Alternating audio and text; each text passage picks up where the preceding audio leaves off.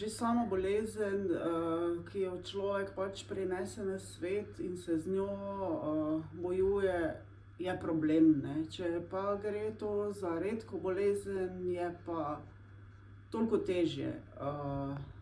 Sploh ker dostikrat tavaš, od zdravnika do zdravnika iščeš rešitve, pol eni imamo srečo, no, ali pa smo imeli srečo in smo hitro prišli do diagnoze, nekateri pa pri takih boleznih, žal porabijo leta in leta, da se jih odkrije.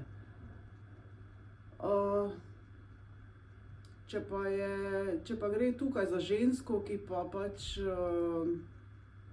so v igri še hormoni in ta hormonska stanja so bolj, kako naj rečem, bolj vplivajo na žensko telo, potem so pa tu še seveda čustva, je to še toliko težje, ne. Tako da ni lahko. Če zdaj gledam nazaj, ni bilo lahko. Nam lahko zaupate, kateri so bili denimo ključni momenti, ko ste izvedeli za diagnozo, ko vas je pravzaprav dodatno obremenilo še zdravljenje in morebitni stranski učinki in ko ste kot ženska, se morali spopasti poleg bolezni še z vsemi ostalimi izzivi, ki pritičejo, na življenjski poti? Ko dobiš diagnozo, pravzaprav sploh ne veš, kaj te čaka. Jaz sem recimo podedovala to bolezen po očetu, ki je to imel, ampak diagnozo sva dobila hkrati. Tako da on je vsekakor to drugače doživljal kot jaz, ne. Jaz sem bila najstnica, ko sem dobila to, in v teh trenutkih teh napadov, ker to so otekline po različnih delih telesa, v puberteti ni enostavno, ne. In jaz sem skozi imela tisti občutek v glavi, da bi se najrajši skrila v klet, kjer me noben ne bi videl. Si, zaznamovan, dejansko vsi te gledajo, to ni lepo videti vedno, poleg tega, da je še boleče, ne. In v puberteti, saj veste, takrat moraš najboljše izgledati, dajati najboljši vtis, biti všečen in ni lahko, no. Potem pa pridejo druge zadeve, želiš si otroka, prideš do prvih ovir, ko pač, nosečnost oziroma že pričakovanje otroka oziroma se odločanje o otroku ni to tako nekdo, ki je brez nekih težav, ne. Že prideš do prvih ovir, sploh če si na nekih zdravilih, ne smeš zanositi takrat, moraš počakati, telo se moraš čistiti, to niso lahke stvari, ne, se pravim, ženska pa to še pogojeno še s čustvi, ne, in moraš vse to predelati. Kaj torej polagate na srce nekomu, bodisi moškemu, bodisi ženski, ki bo na svoji življenjski poti prišel do točke, v kateri bo dobil diagnozo hereditarni angioedem? Jaz mislim, da je dandanes že toliko, toliko velika ozaveščenost javnosti in tudi zdravstvenih delavcev, vseh od zdravnikov do medicinskih sester, da te to kar poboža, res.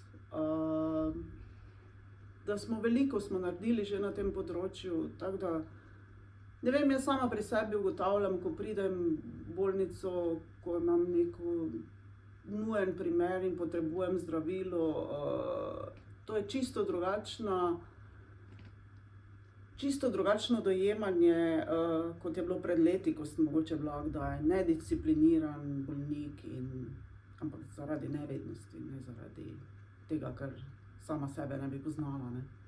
Pa če se morda ob tem dotakneva še javnega zdravstva, o katerem je toliko govora, o razmerah v našem zdravstvenem sistemu, kakšne so vaše izkušnje, kakšna je bila kakovost obravnave, kakšna je bila ažurnost obravnave, kakšen je bil odnos do vas kot do pacientke?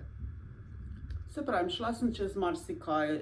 V glavnem moram reči, da imam pozitivne izkušnje, so bile negativne, ko sem bila, se pravi, tudi označena kot nedisciplinirana pacientka, ne le jaz, tudi oče. Zaradi tega, ker sem se dostikrat morala postaviti za sebe. Žal sem imela dostikrat prav.